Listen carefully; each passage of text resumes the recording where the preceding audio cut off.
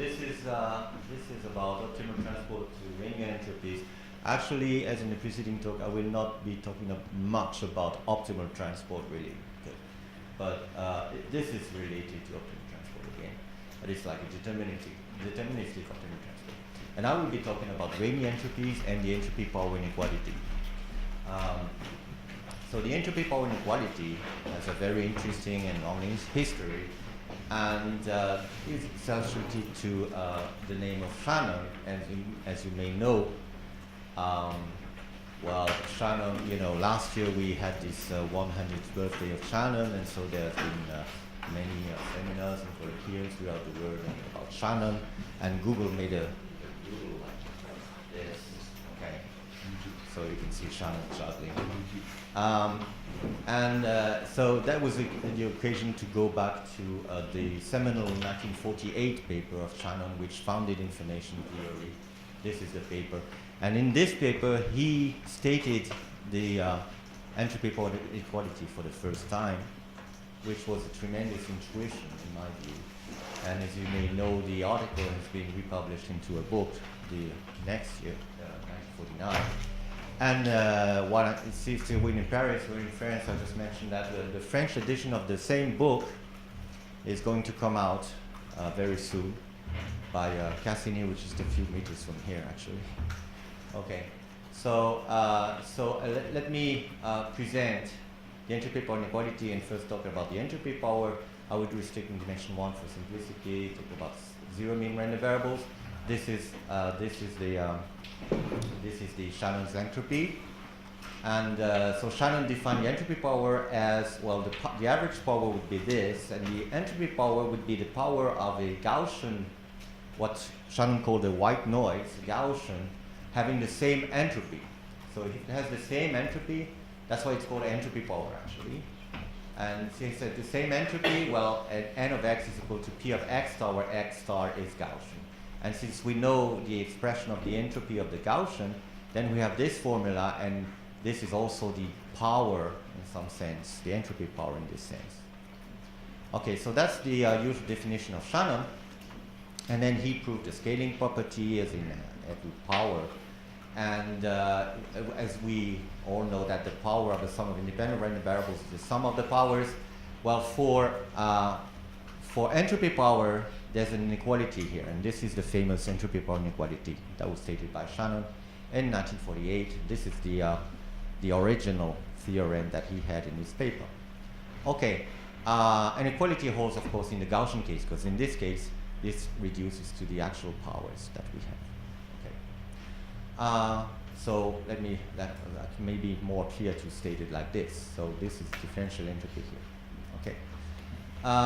So there's a long history. I will not go into the details of this, how this was proved. But essentially, in the 1948 paper, Shannon gave a argument which was incomplete. Okay, so it's not actual proof. And then it had to wait more than 10 years later to give an actual rigorous proof. And then there's been many, many different proofs, some of them very complicated and so on and so forth. And I would just to present here a very simple proof that actually Shannon himself would have been able to publish, because that's just using the basic tools that Shannon has developed in his 1948 paper. So yeah, this is Shannon's entropy. So yeah, you may have heard about this story that Shannon used the term entropy because of von Neumann, who said, no one knows really, no one knows what entropy is really. So in the case of a debate, you always at the end of the page, you call it entropy. Anyway. And this is the generalization of Rényi, Alfred Rényi. So when R tends to 1, turns out that this tends to the Shannon's differential entropy. And Rényi said, just another quote of Rényi that said, essentially that in mathematics you have 0 bits of information because all mathematics are built on the same set of axioms, so essentially there's no information. So that's just a very interesting quote by Rényi. Anyway, so I will be using this Rényi entropy and try to derive an entropy power inequality for the Rényi entropy. And it turns out that this is a very kind of difficult problem, and there's been many attempts in the literature to do that. So let me start with a paper by Lib, who actually restated the entropy power inequality, and a very interesting inequality here, which is like a concavity property of differential entropy in some sense. So for every lambda, you have this variance-preserving linear combination here, and the entropy of this is not less than the corresponding linear combination of entropies. Okay, and so to prove that this entropy power inequality is equivalent to this is actually easy. Okay, one direction is obvious, taking the concavity of the log, and the other direction is a little more tricky, but you can actually pick a lambda such that you have equal entropy in such a way that you can apply the exponential here to get to here. Okay, so this is well known, long time ago. And you can actually generalize this to Rényi entropies. When you want to find a entropy power inequality for Rényi entropies of order R, where you just have to add a constant here, which is not necessarily equal to 1. Okay, that would depend on R. And it turns out that this is, again, equivalent to this property where the constant C is here. Okay. And it turns out that it's exactly the same proof, so it's very easy to prove. You just have to consider Rényi entropies instead of Shannon entropies in the argument, the same argument. And also, interestingly, if you're talking about n-dimensional random vectors, then the dimension n is here, and the C that is present in the entropy power inequality is independent of the dimension. So, I mean, essentially, when talking about several dimensions, everything is multiplied by n, and that's it. There's nothing serious here. Okay, so you can restate this for more than 2 variables, like n independent variables, and you get the same kind of criterion, the same proof again. Okay, so I will be focusing on try to state the optimal inequality that you can have here for Rényi entropies. Okay, so first of all, we need to prove this type of inequality, and the perhaps the simplest case is the Shannon's entropy case. And that's what I want to talk about, this proof that Shannon missed. So this is what we have to prove the entropy power inequality with equality if and only if the random variables are Gaussian. And the available proofs that you can find in literature are very involved. Okay, where we have to integrate over the path of continuous Gaussian perturbation using either Fisher information and the relation between Fisher's information and Shannon's entropy, or what is called the IMMSU relation, which is very trendy nowadays in information theory. But it's very involved, and also the equality case is not easily settled in this, by these methods.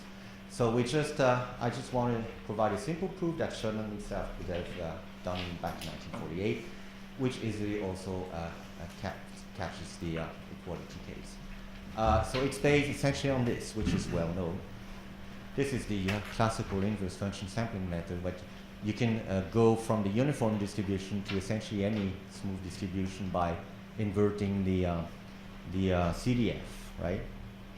Okay, this is a transport kind of function, and you can generalize this from any smooth distribution to any other, like a random variable here, x star to any x, using some transport map in one dimension, which is defined by this relation here, where f is the CDF of x and g is the CDF of x star.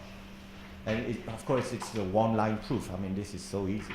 Okay, this is in one dimension. Of course, you have the several dimension generalizations like the Knuth map or the Breeding map, which is well known in information and optimal transport theory. Okay, essentially because it's optimal in some sense using, for example, the L2 versus time distance and so on. Okay, so this is essentially the tool that I will be using. Like I can make a change of variable, a transport from one variable to another. And then this is actually a change of variable formula that Shannon gave back in this 1948 paper. So he had the same, I mean, he had all the necessary ingredients, okay? And this is what he stated. He stated that, the entropy of the transport variables is equal to the entropy of the variable plus the mean of the log of the Jacobian, essentially. And this is a simple change variable in the in the integral defining the differential entropy. So this was in particular, the scaling property of the entropy power was there, and more generally you can easily extend this to many dimensions. Anyway, so this is the change of variable that I will be using for proving the entropy power inequality, and this is the proof. Okay. So and we be even more general. We don't assume that the start variable are Gaussian. We just assume that these two guys are independent and these two are also independent, and transform one to the other using two transport maps like this. Okay, that's T is one transport map and U is another. And we want to write this in terms of the same expression using the start variables. So what we do is apply the transport maps. And then what we need to do is to compare this to h of x star, which is given by this formula. This is the change of variable that we've just seen. And same for y star. And now we need to focus on this expression because this is trickier. Okay. We need to compare this to this. Okay. Okay, this is what I call x tilde. And it would be nice to define x tilde as this expression and to complete the rotation that we have here by defining y tilde. Okay, and then so this is a simple rotation, so you can inverse that rotation and express the start variables in terms of the tilde variables. Okay, once you do this, you can plug these expressions into that expression here from the start variables going to the tilde variables, and now you can try to apply this change of variable formula. Okay, so this is done here. I mean, it seems a little bit complicated, but each step is very straightforward. Okay, you apply the transport, you express it in terms of the tilde variables, and then since you have two variables instead of one, you have to fix one. So you have to condition, and conditioning reduces entropy, as is well known. And now you're just left with one variable, so you can apply the change of variable formula, which is given this, and again expressing in terms of the start variable. And then you just have to apply the concavity of the log again, and rewrite the conditional entropy, and you get this expression, okay? And then you have to subtract that expression to get the final result, which simplifies. And this is the final result. This is what we get. For any two independent random variables x and 1, any two independent random variables x star and y star. It's very symmetrical relation, interestingly enough. And of course, the equality case is the case where the Jacobian between constants, and therefore the random variables are linearly related. Okay. Of course, actually a zero can be inserted between those two hand sides of this inequality, because you can always take x to be Gaussian or x star to be Gaussian, and you get zero here. All right, and so this is the actual inequality that had to be proved to prove the entropy power inequality. So we're done. Next, we want to generalize this to Rayleigh entropy. Okay, so what happens with Rayleigh entropy? And it turns out that the same method of proof can be applied, essentially using Hölder's inequality. So this is the case of Shannon's entropy, and this is what you get for Rayleigh entropy. Of course, for Rayleigh entropy, it's more complicated, because you have all these indexes here, R and P and Q, which are actually related to what I call a Young's triple. Like in Young's inequality, you have 1 over P plus 1 over Q plus 1 plus 1 over R. And the start variable gets the a dual triple, I mean which is another one with a relation between R star and R given by this. Anyway, so well, this is the natural generalization of the entropy power inequality to Rayleigh entropy, Rayleigh entropies. Okay, and again, the expression that you get for the Gaussian can be inserted between the two sides of this inequality, but this time it's not zero; it's something else. Okay, something more complicated. Okay, so this is the natural generalization. So, in simple words, just means that if you take this expression here, then it's minimized for the Gaussian, when the two random variables are Gaussian. So you get this expression here. And in this expression, well, the R prime is the Hölder conjugate of R, P prime is the Hölder conjugate of P, and Q prime is the Hölder conjugate of Q. And lambda is chosen such that the actual rate, the actual proportion of 1 over p prime in 1 over r prime is given by lambda here. Okay? So this is exactly what we obtain as a result. And that's the conclusion for Rayleigh entropy. Now it turns out that these orders here are different. So we want, okay, so that's natural generalization. Oh yeah, and there's an additional remark that is interesting, is that in fact this on inequality here is equivalent to the strong Young's inequality and its reverse. So exactly, and as a matter of fact, Barth back in 1998 has proven Young's inequality using the same transportation algorithm. Okay. So for many random variables, then you have more than 2, then you have this natural generalization, because I mean this is easily proven by induction, if you like. And so you get this inequality with the actual expression here between r prime 1 over r prime I. And now what I want to have is actually something with the same orders in order to have my entropy point inequality.